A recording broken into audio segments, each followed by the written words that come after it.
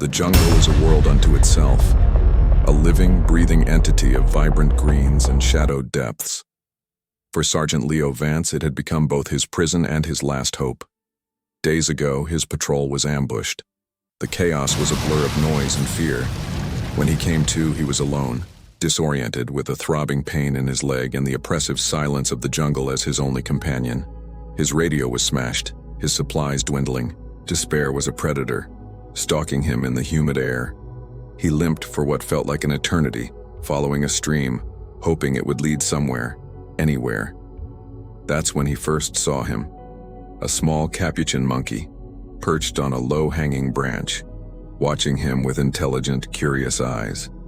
The monkey chattered, a sound that broke the suffocating silence.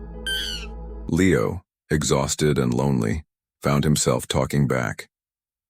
"Well, hello there, little guy. You lost too?" To his surprise, the monkey didn't flee. It followed him. At first, it kept its distance, a tiny shadow flitting through the canopy. Leo decided to call him Sparks, because the little creature was a tiny spark of life in a world that felt determined to extinguish his own. Days blurred into a grueling routine of survival. Leo's leg wound festered and fever began to set in. He'd collapse under the giant ferns, his body shaking with chills, only to be woken by Sparks' insistent chattering. One sweltering afternoon, Leo's vision swam. He stumbled, his bad leg giving way completely. He lay on the damp earth, the jungle floor spinning around him. This was it, he thought. The end. He closed his eyes, surrendering to the inevitable. But then, he felt a frantic tugging at his sleeve. He cracked an eye open. Sparks was there, chattering wildly, pointing a tiny finger towards a cluster of brightly colored fruit hanging high in a tree. Leo didn't have the strength. "I can't, Sparks," he whispered, his voice a dry rasp. "I'm done." But the monkey was relentless. He scampered up the tree, knocked a fruit down and then another. They fell near Leo's head.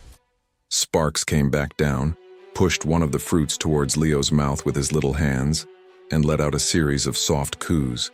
It was a gesture of such profound, unexpected kindness that it broke through Leo's delirium. With trembling hands, he took the fruit. Its juice was a shock to his system, cool and sweet. It was the first real nourishment he'd had in days.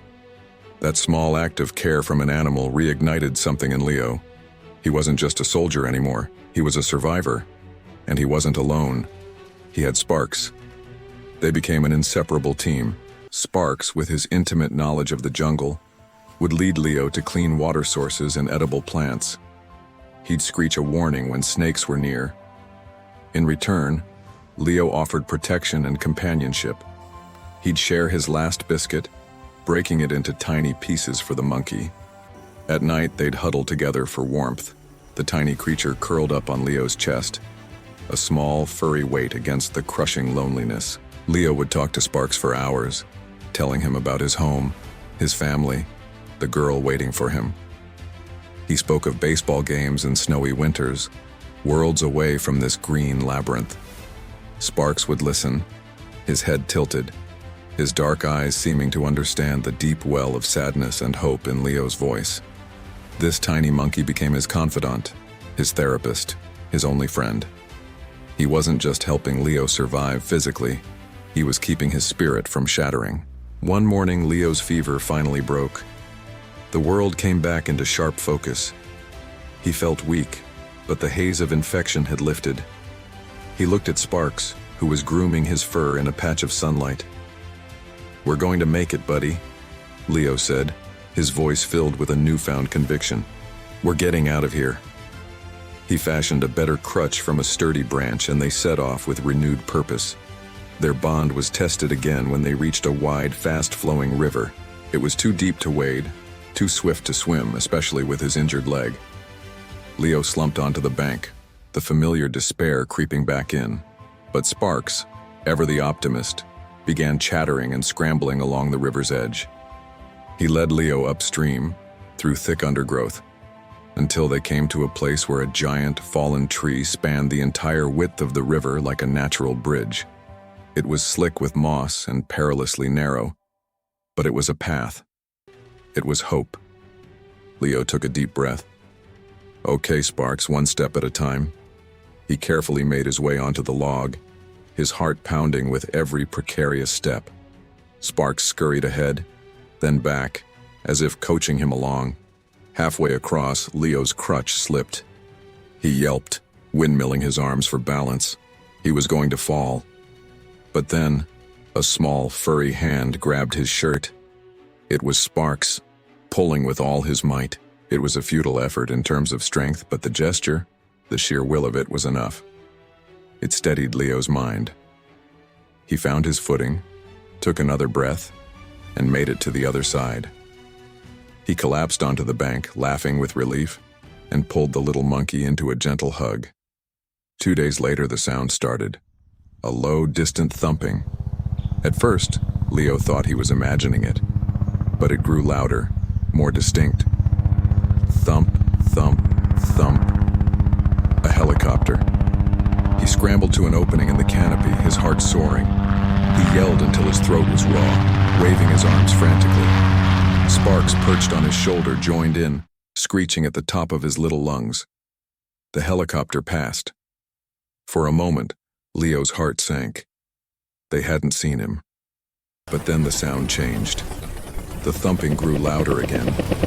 It was turning back. It had seen them. Tears streamed down Leo's face as the helicopter hovered above, a rope ladder snaking down through the trees.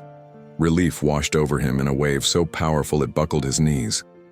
A rescuer descended, his face a picture of astonishment when he saw the soldier and his tiny companion. As Leo was being harnessed, he held Sparks tight. "I can't leave him," he told the rescuer. "He saved my life." The man nodded, understanding in his eyes. In the deafening noise of the rotor wash, Leo looked at Sparks. "We did it, buddy," he shouted over the wind. "We're going home." Back at the base, the story of Sergeant Vance and the monkey who saved him became a legend. The Army, after hearing the full account, made an exception. Sparks wasn't sent back to the jungle. He was given a home. Leo eventually recovered from his injuries and was sent back stateside. And when he walked off that transport plane, a small furry companion was perched right on his shoulder, chattering excitedly at the new, strange world around him. Leo had entered the jungle a soldier, lost and alone.